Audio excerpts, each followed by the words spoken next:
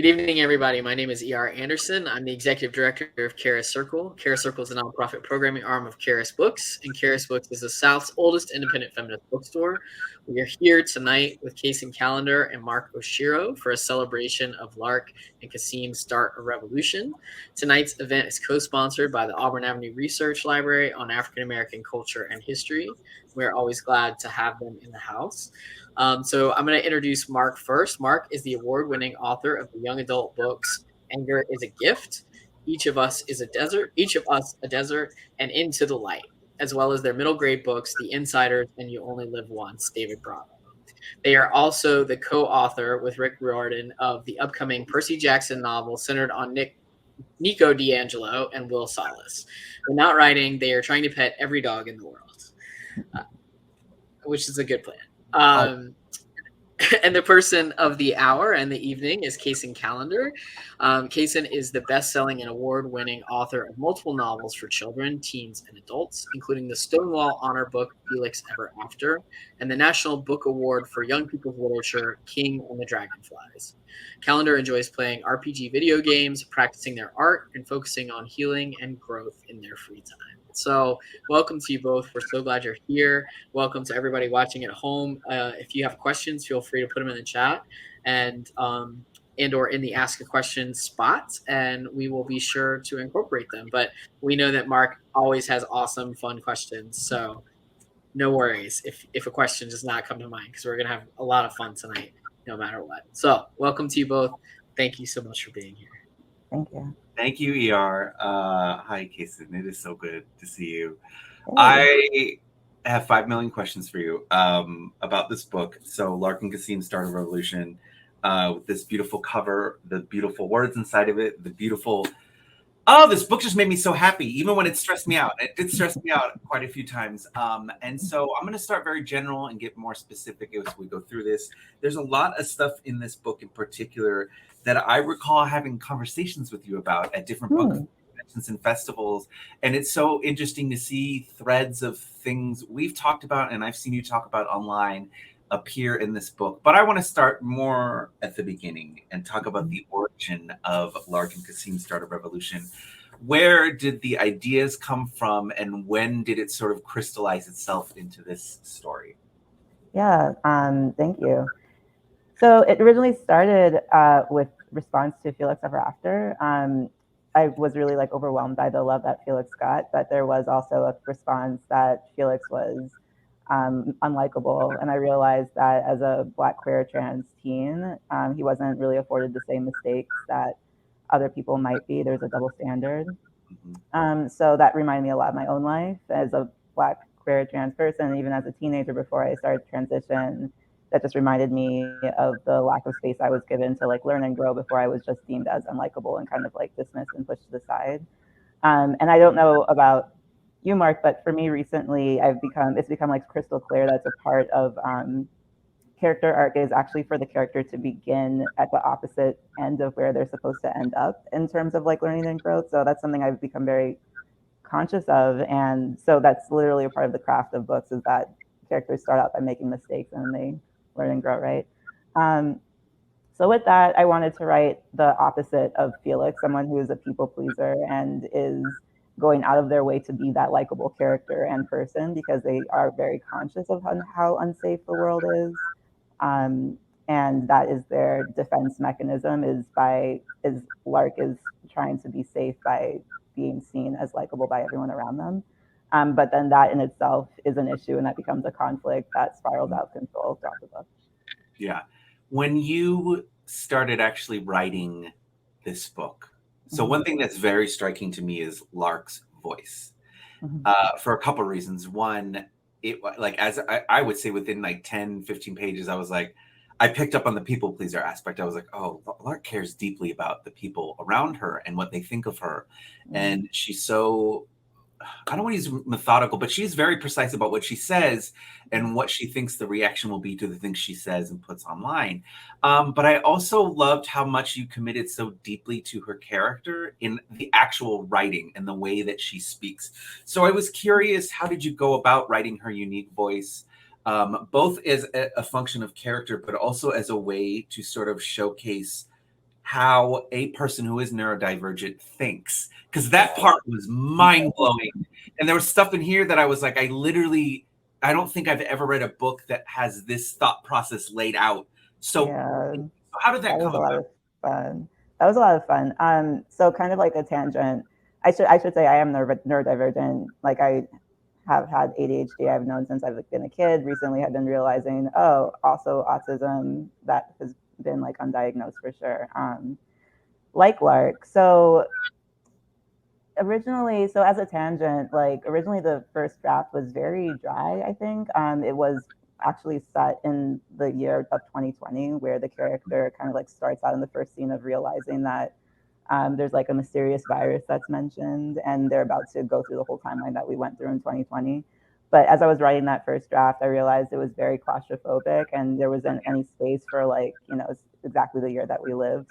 So there was quarantine, and the characters literally could not interact in any way, and there just wasn't like any creativity or joy. So when I moved away from the idea of it being set in the year 2020, that gave space for, I feel like there was just an explosion of relief and like voice and joy that was like, oh, it's not like stuck in this year and this timeline anymore. And I think because of that, like Lark's voice kind of exploded also as this very just like neurodivergent, all over the place, and I don't care.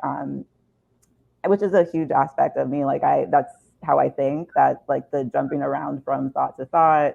Someone says like a word that's in a song, and the song immediately pops into the head. Like just, yeah, it just felt a lot more joyful and fun to write. Yeah, I really enjoyed that part. That's amazing. What was the editorial process for that? Did you have to sort of defend writing, or not maybe defend is too strong of a word, but like how much of the Lark's voice was maintained through the editorial process? Because you're edited by Maggie, right? Yeah, Oh my God, I love her. She's a genius. she's Uh, amazing. yeah. So how was that like? I don't think she ever mentioned, Maggie ever mentioned needing to. I think maybe there were a couple of times where it was like, this one sentence has gone on for like 2 pages, so maybe maybe put in a period here.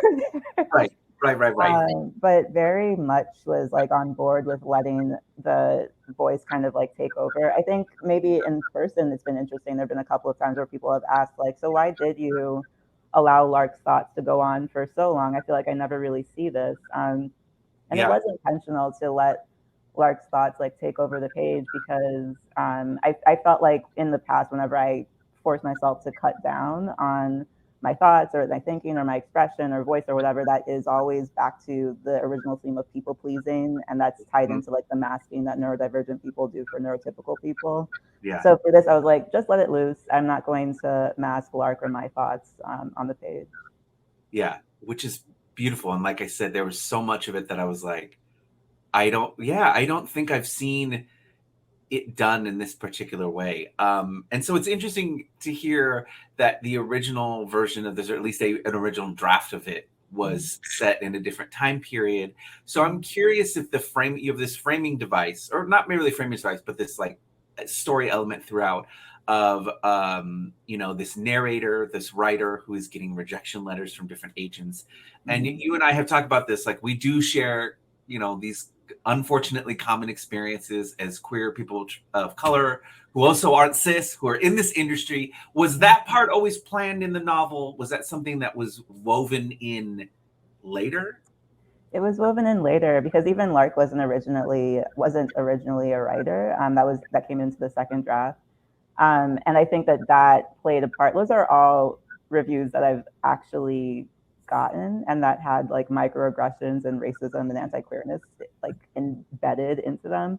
So I used those moments as like symbols of, this is the lack of safety, unsafety. Yeah, I guess I could say that, the unsafety of the world that I'm talking about, that I experience and that Lark as a character is experiencing. So they are so aware of what it is that they're allowed to do based on like these reviews that they're seeing. The only review that I did not actually get that was in the book was the person that was saying there are too many people who use they them pronouns, but I put that in because I knew someone was going to say it. So I've got I'm gonna it's you fun. got that. Of course you I did. got that for each of us a desert. Like they're like, I'm so confused. I'm like, that's not my problem. Right.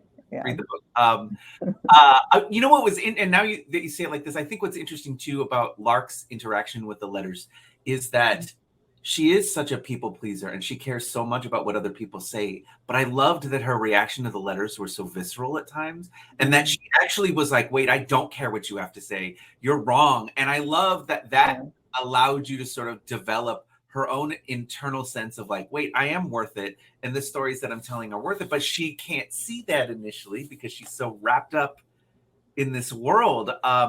When you were creating this idea or working or building in this idea that social media would have such a huge influence on this, did you always plan for it also as well to be, I love that it you know, it's Twitter. It feels, looks like Twitter, but the way people interact, like there were so many moments where I think any of us, you know, who have been chronically online for any period of our lives know these people and know these commenters.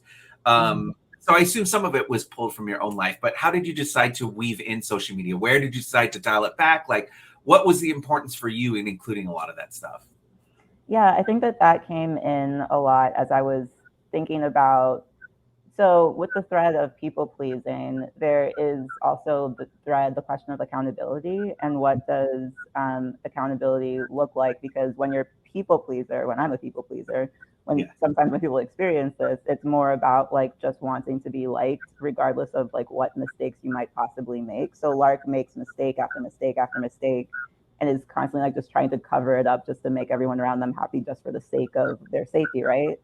So it's like coming to a place of realizing that, one, it's okay to make mistakes as long as you take accountability for it, and two, it's okay to realize that you're not worthy of shame. And I think that social media is the perfect space for that conversation, because there's such a constant battle between people understanding that, first of all, you can make a mistake and then be asked to take accountability. You're not being shamed for that, but people will say like, oh, you're bullying me. So then that, like, first of all, just makes things very escalated and difficult to talk about. But there is also the other side of things where it's too many times people do not actually make mistakes on social media. Like, I feel like I always want to like be super careful about this, because there are so many people who do make mistakes. But for example, without naming names or like being dragged into Twitter drama, like someone recently was being accused of pretending to be a woman of color, and she wasn't pretending to be a woman of color. She is a woman of color, but that was being used as a excuse to like tear her apart and have fun and like take glee in dragging her through the mud, you know? And I think that is shaming, that is bullying, that is something that needs to be looked at a little bit more closely. And like, I think everyone, all of us, myself included, could take a beat to look within to figure out like, why is it that we're so drawn to doing this? Why is this so fun, really, for lack of word, for so many people? Yeah. And I saw a lot of that in Mika and Patch, and this idea of, and it was so hard reading the moments throughout the book with them, because I had moments where I was just like, I don't like the way that they're treating Lark. It's frustrating me. It's making me angry. But then that thing of every once in a while, one of them would make a point, and I'm like, oh, okay. But I said it. And so much of what I feel like is in Lark and Kasim Start a Revolution is this idea that we've lost nuance, that two things can't be true at the same time. We sort of have to believe one thing is true. How do you think that is represented for Lark? How does she become to understand the idea of nuance? I think that is where it starts to become a question of what is the difference of accountability and shame, and realizing, oh, I actually have, like Lark at that point does have to realize, I have been making mistakes. I have been lying so much throughout the entire book. Not that they're thinking like I'm in the book, but they realize that they have been lying, and they need to take accountability for that. But there are also pieces where it's like, but I also don't have to take accountability for that point, for that part, because that isn't actually a mistake. That isn't something that needs to be apologized for. So it's about being able to kind of like shift through and be honest with the self, and the core self of being like, I know what I did was wrong. And being able to move forward with that. I love that. So one thing that's so fun about Lark and getting to be in her thoughts is she's a very observational person. And I think also as someone who also has grown up as a people pleaser, you kind of have to be observational. Oh yeah, So it's this hypervigilant. thing, right? Like it's this thing. It's like, yeah, it's not just a trauma response though. I like that Lark is able to imagine full stories and lives in the people around her. So do you see Lark as primed to be a storyteller because of this? Oh, I love that question. Yes, I think so. And I think I love it because it also resonates with who I am. I feel like that is a big piece of me kind of like imagining the people around me and understanding that everyone has a story behind their actions and why it is that they might be potentially harmful in the moment without maybe even realizing it. Maybe that's why I'm a storyteller. I love that. I for me, reading it too, and especially Lark's interactions with Birdie, which we should talk about that because that also was, oh, that was such a trip. I didn't expect that whole element. I almost don't want to talk about it because it's such a neat surprise when it starts happening. But like for me, I liked that Lark always felt so deeply passionate about like, I just want to tell stories, and she cared so much about that. Yes, she has this element to her where she does actually want fame, and she wants these things, and she wants to be the big author who's hanging out with all the other big authors, and she wants the perfect agent for everything. But at the end of it, at every moment, I still was like, but you just like telling stories. Is that you too? Do you feel like at the end of the day that that's the thing that you're passionate about? That's the thing that continues to draw me back because I have questioned, like, if I take away all the motivation of being liked, then what's left out at the end of the day, then maybe I should just walk away from writing if that's the only motivation, and that's such an unhealthy motivation, right? And I can't walk away. So yeah, I think it's the storytelling. Well, but what about you? Do you feel like that resonates for you too?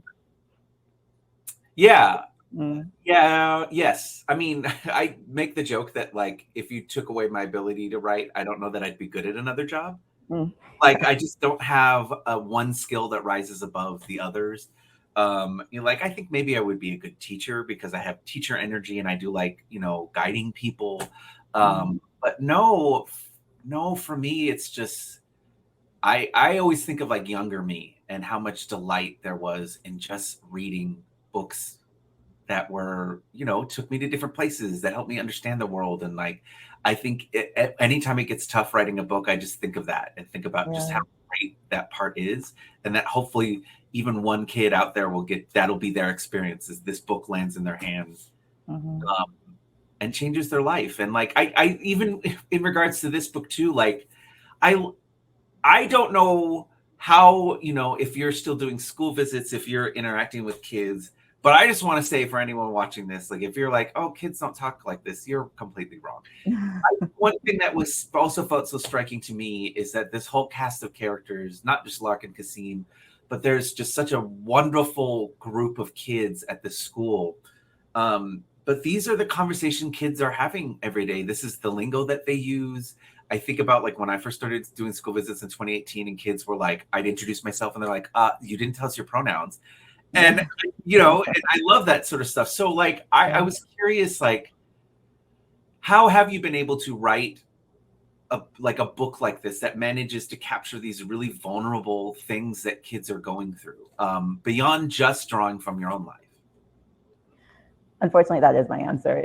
I feel like, I don't know if you've experienced this, but I feel like at writing YA, I basically I think that the Generation Z is so far ahead of where we millennials were at their age that basically the conversations they're having at 10, I was just starting to have in college, and the conversations I'm starting to have now at 33, they're having, and like 16, 17, and kind of like pushing the boundaries or pushing the bounds, I guess, even more when it comes to just like all these different types of conversations with identity, respect, community. I just feel like I feel like writing where I am right now with like the thoughts that I'm having right now, the conversations I'm having with my community at this age right now is what they're having anyway. So I really just feel like it's a very easy like line to what it is that they're experiencing. Yeah, I totally agree with you. It is weird sometimes to think about like how much more ahead of us they are now. Not even comparing like if you compare us now, but then you compare like 17-year-old me with 17-year-old the kids these days, and I'm like, Like dust. They left us in the dust. I love that you brought up Well, community because I think that's important. Like this is very much a book that feels like it's for the queer community and is really unconcerned about people outside of it. And I love that. It goes so much in depth to community love, community dynamics, call-ins versus call-outs. mhm. Everything about it is so deeply queer to the core. So I would love to know how you were sort of thinking about representing queerness in all its forms, not just in Lark and Kasim, but in like the different orientations, the relationships, gender, and exploring who queer youth like actually are. Yeah, I think it was more again kind of like showing what reflecting what I feel like I'm experiencing in my own community. I always hesitate because I'm like, am I forgetting the one cis friend I have? I don't think I have any cis friends. It's fun. Like everyone I know in person right here in LA in my community uses they them pronouns, is non-binary, all queer people of color. Like this is so I think what feels different about it is that I feel like I have decided to stop or to it specifically for Lark and Kasim, I decided to really be unconcerned with the idea of what is the default and like trying to explain my queerness and identity to people who might not understand. I do feel like I did that consciously for my previous books, like in Felix Ever After, because I wanted people to understand. For this one, it was like, I'm the default of my own life, and I don't think I always have to explain everything. Like a good example would be the Coven of Femmes. There was like a cis guy that was in the Coven of Femmes, and there was at one point, like no shade to the copy editor, but someone asked the question of like, I thought this was a Coven of Femmes. Like, why is there a guy in this? And it's like I don't necessarily want to have to explain that in the book that guys Right. can be femmes. Yeah. Yeah. Yeah. There's no hand holding in the book at all. Yeah. Which also makes sense from a character perspective. Like, why would Lark do that anyway? Exactly. It's so in Lark's head and so in Lark's experience that even if you wanted to critique it, you wouldn't make sense because this is from her experience and what she's living. Yeah. I also wanted to ask, was it how much fun or how much, what did you take out of getting to write this book set in Philly as well? So I was in Philly like during the pandemic. So I did Yeah. feel like in order to write a book, especially since the first draft was set during the pandemic, I had to write it in the one place that I was experiencing the pandemic from. But I love Philly so much, and I left, and I'm in LA right now, and I'm thinking of moving back because, yeah, there's just like an energy there that I really love that just feels so much more grounded, and I don't know. I really enjoyed kind of putting the like positive experiences of like the dog bowl, the park, the cafes, everything that I loved about the neighborhood I was in into the book. Mm-hmm. Mhm. What about the I love the novel guide at the end of the Yeah. I was wondering how that came about and how does, as a sort of a larger question about writing, how does Lark speak to teenage Kacen and their desire to create stories? Ooh. The writing guide first. So Give me some time to percolate on. yeah. So the guide, as I was making Lark a writer and kind of like making all those different parallels that we were talking about earlier, it just kind of like came about a little bit more naturally that I wanted to give advice to teen writers because I feel like whenever I go to, I don't do school visits anymore actually, but in the past when I did, there was always at least one teen writer. And I would be like, you know what plot is? Like I didn't even know what plot development was when I was yeah, they've been like writing their novels, they're querying. I'm always super inspired by them and excited to think like these are the teenagers who will be following up what we're doing right now with their Mhm. queer like trans identity books that they're excited. Yeah, I'm always super inspired by them, and I think I wanted to give advice for anyone who might not have that access. I feel like I didn't really have the access to knowing even to where to start, how to write a book, even when I was in college, let alone when I was a teenager. So I feel like throughout there was a lot of advice while Lark's in class, and then decided to kind of like condense all of that into a guide at the end, hoping to be helpful. And my brain was not percolating on the second. All I know is that it was like a mind blowing question, and I was like, "Ooh, let's put a pin in that." Okay, I'll It was repeat really it. That's okay. good. I wanted to know, how does Lark speak to teenage Kacen and their desire to create? Because I know you've been writing, and Yeah. not just fiction. You wrote fan fiction for many years as well. Like, when you think of yourself as a teenager, how does this character speak to that version of yourself? Yeah, I think the thing I wish I would have been able to take away from Lark is and the book itself is just to be able to write what actually brings me joy instead of thinking what it is I think other people around me are expecting. Yeah, Yes, yeah, I love that. Oh, that's so great. Okay, so romance. yeah. I want to talk about romance. I love this romance so Mhm. much. There's not just one, there are many different romantic types. So let's start with a more general one. What makes a good romance for you? And what sort of things did you use to sort of guide yourself as you were creating the relationship between Lark and Kasim? There's Lark and Eli. There's Sable and Kasim, Sable and there's so much. I want to some things you have to read about. But like, for you, let's start there. What makes a good romance for you? Like, what really just hits it for you? I think that level of trust. I love all the different tropes. Like I love enemies to lovers. I love friends to lovers. But I think for the thing that really hits for like that mark of enemies to lovers is all the kind of like building tension, and then finally that flip moment of okay, I can trust you. I can start to trust you not only like whatever if it's like a fantasy physically, most likely like with assassins and stuff, but also kind of like emotionally, like trust the vulnerable side, trust that you're not going to harm the vulnerable side, and I'm able to like potentially even heal and grow with you. I feel like that to me is when there's like a deeper level of intimacy that Mm, isn't always going to be with everyone around you, right?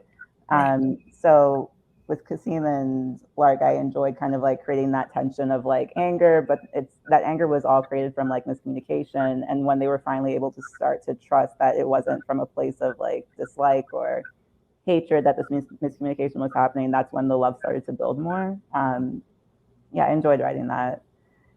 Yeah, there were a lot of other romances. I'm not sure if I if we love went to all of them. speaking about, because for me it's the tension, like whatever. Well, Mm, actually it's interesting because the two types of romantic sort of stories that I like are the ones where there's tension throughout, whether it's enemies to lovers, friends to lovers, any of that. There's always that tension there. I yeah, also tend to like ones with zero tension, where it's like an established couple and the joy mm, is getting to see them experience something together. But for this one in particular, I love that even as the tension is there and they begin to slowly trust one another, you didn't make it that they go from 0 to 100 immediately, and that trust is so achingly slow. And for me, yeah, that's what really, really worked about this, is that it was about slowly building trust. Like, Kasim will be able to reveal one thing, but not a mm, whole lot. And then when they start talking a little bit more, you can see like their walls come down, but only a little bit. And I'm yeah. just sitting there, just like, I can't deal with this, but I love it of it. Isn't Um, it kind of like painfully realistic also though it does take so long to yeah. yes, yes. Oh, that's too real. I don't like Yeah. that. Um, so I wanted to also add another big question. I had a lot of big questions thinking about this book. Why this book now? And I mean this both in this point in time, general time, at this point in your career. What makes this the right time for Lark and Kasim Start a Revolution? That is a very big question. I think for general society wise, I hope that it can kind of influence more conversation around internal growth and self reflection and questioning like why is it that we treat people in our community certain ways.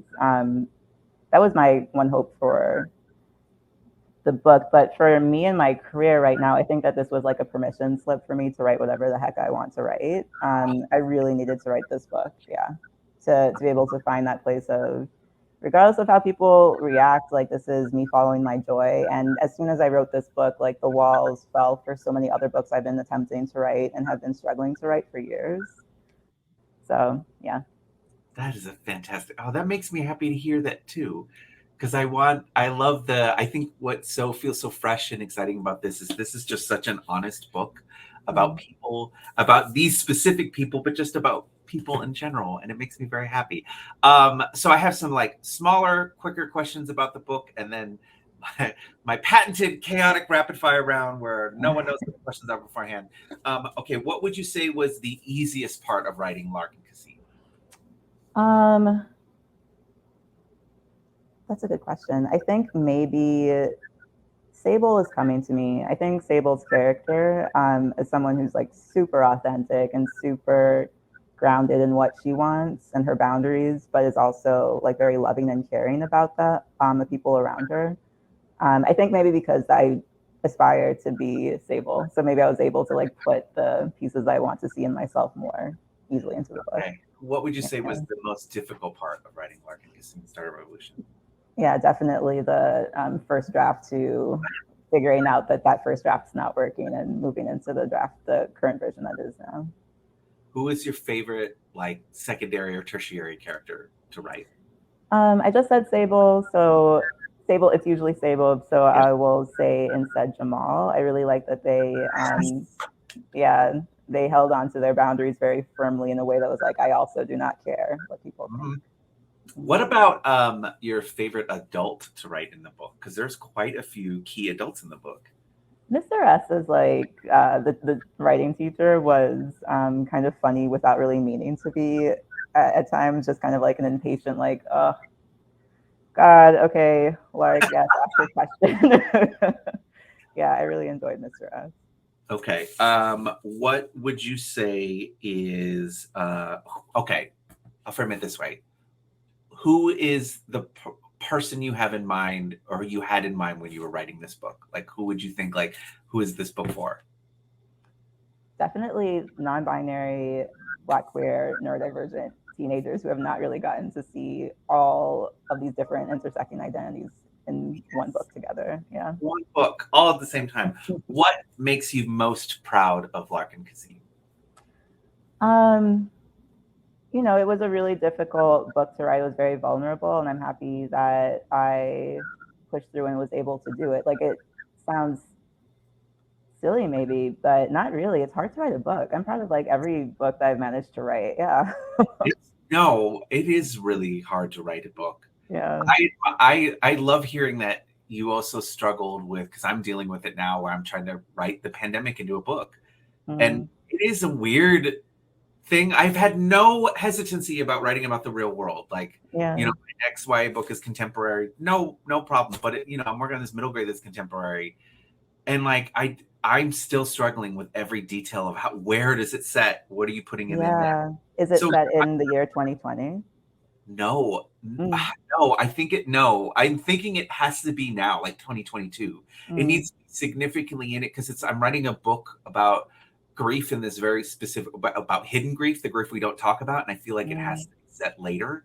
Yeah, I feel like that makes more sense. But then I'm struggling with like, how many masks do I put in? Do I put vaccines? Do I put anti-vaxxers? Do I put? I don't know. Like, and I've never struggled with it. So I admire you finding a way to put this in fiction, and it wasn't distracting. I was like, yeah, no, this is where this is set. This is what it needs to be for story. So yeah, you should feel proud. Like, just I love this book so much. It's so good.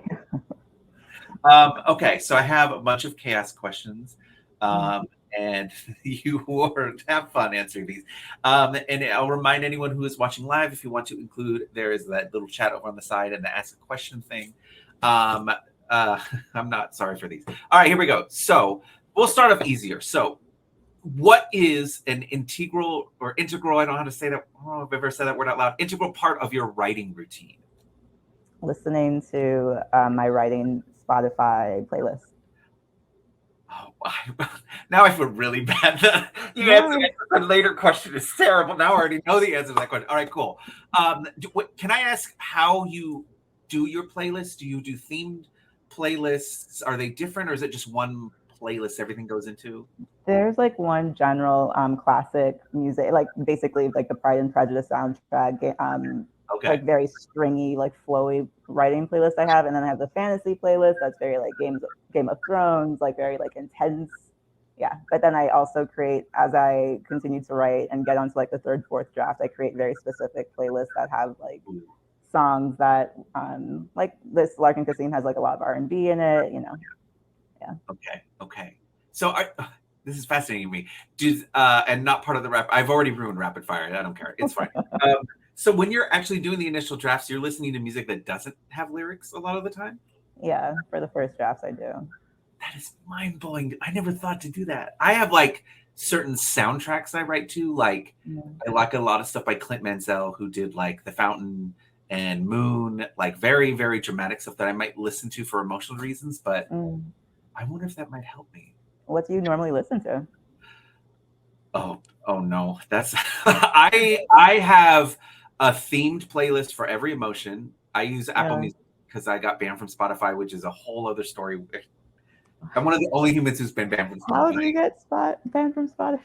I may have had like an admin account for years because my friend worked at Spotify and may have used it to change publicly facing like playlists at events where their playlists were terrible. Why are you playing these terrible songs? And I got found out and I got banned from Spotify. Anyway, I don't like bad music. So for me, I have mood ones, and it's a thing where as I'm listening, because I still listen to new music all the time, if I hear a song like this is the right mood, I'll put it on the mood playlist. So I have like Sad Boy Summer.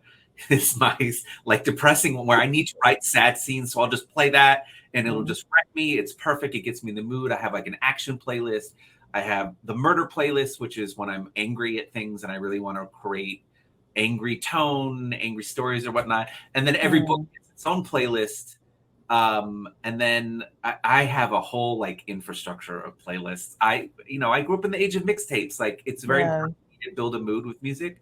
But That's a very good idea. Like a mood specific playlist is a very good idea. I feel like it's a lot like how some writers will do like Pinterest boards for the books. To me, it feels almost the same thing. It's about here are random pieces of art, or Pinterest is a lot of visual stuff, but it's like what gets me in the mood, what makes me think about this world and the way people are feeling. But yeah, I have to write to music. I can't do silence. I can't do podcasts because I will transcribe what I'm hearing and not realize it until my editor is like, why is there a whole bit of Welcome to Night Vale in this? That's very bad. I need to stop doing that. Okay. If you could have the time off, or you already have, if this has happened recently, I would love to know, to write fan fiction in any fictional universe, what would it be? Sherlock. Yeah, Sherlock and Watson. Okay. Romance. Yeah.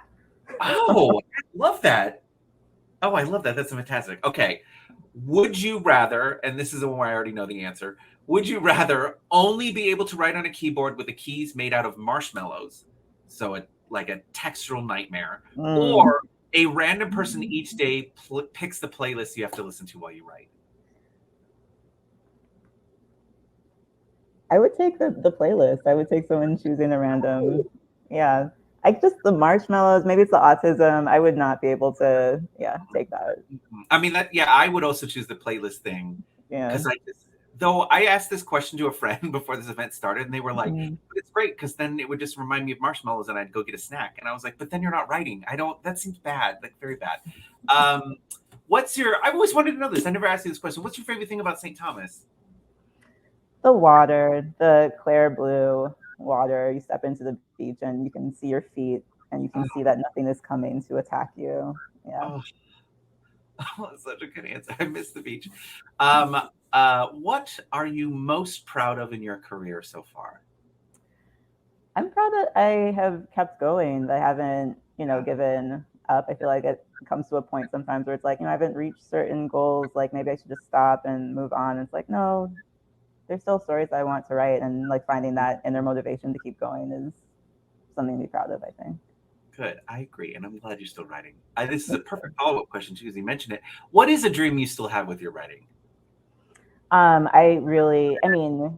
It's not announced yet, so I can't actually talk that much about it, but I have always wanted to really finally like get myself to write a YA fantasy instead of like getting 3 chapters in and then being like, the concept doesn't work, I give up. And that's been happening for like 15 years. So I finally did it. Yeah. I can't deal with that because I, by the way, loved your adult fantasy. Loved it so much. I loved it so much. That makes me very, very excited. This is a great chaotic question that I feel reveals who you are as a person. Which is worse, a paper cut or a hangnail? Oof. Paper cut. Thank you. Agreed. Yeah. Correct answer. Everyone who says hangnails wrong. Okay.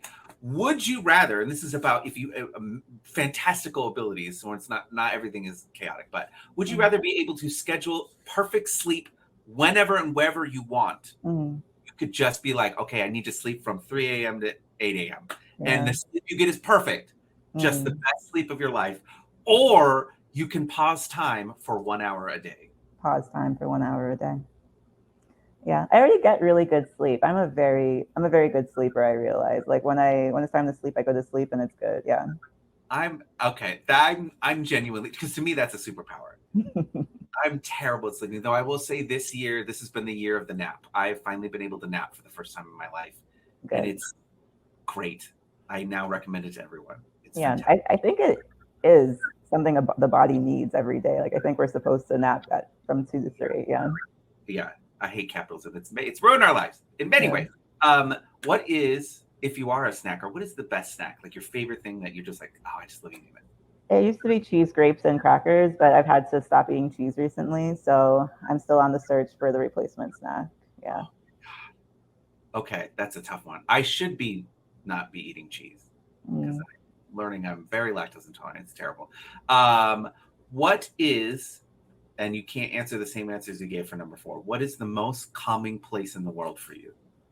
The most calming. Oh, calming. Calming. So I can't say. What did I say for number 4? That was what's your favorite thing about St. Thomas? Oh, the water. Unless that really is the answer. Like, well, there isn't a physical calming place. I have like this mental space that I come up with that is very calming to me when I need like a break from everything in the world. And I'm not going to describe that space because it's my little secret. Yeah, exactly. You should do that. I love that. What is your favorite piece of music you have listened to in the last month? Ooh, I have my Ratchet playlist that I listen to. It gets me going. It gets me like out of bed. Megan Thee Stallion, Doja Cat. Yeah, it gets me like time to get the day going. Are you? Do you still keep up with television? Are you a television watcher too? Well, I've been watching streaming. Yeah. Okay, tell us what have you been watching on streaming? I just finished The Sandman. That was great. Yeah. I have one episode. I have the special episode left, but I'm pretty much done with it. I loved it a lot. Same. Yeah, it's fantastic. And the last question I have is, what is the last book that you read?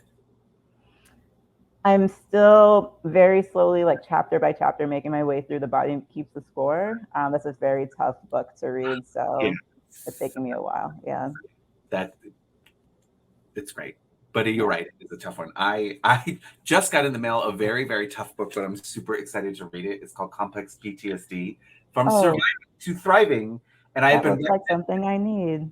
I'll send you a bookshop. Like you can get on Bookshop. It showed up in like less than a week. But someone was like, Mark, like yelled at me on Twitter last week and was like, I've never read a book that you need more. And I know it's going to be very hard to read, but I'm very excited to read that. I'm glad you have it. Yes. ER, were there any other questions or comments from our lovely watchers who came in? I can't really.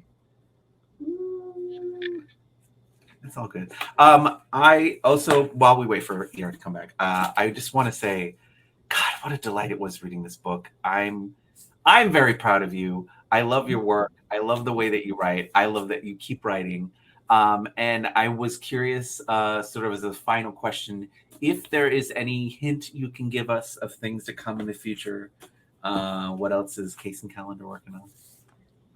My next book will be October 2023. That will be my first adult romance. I'm super excited about that. Yeah. God, that's so exciting. You said October 2023? Yes. I should say full-length novel. My first full-length novel romance. I had a novella, but. Yes. Wonderful. Yeah. Thank you. ER, where are you? We're beckoning you. There you are. My camera decided to go out at that moment. Oh, it's all good. It's all good.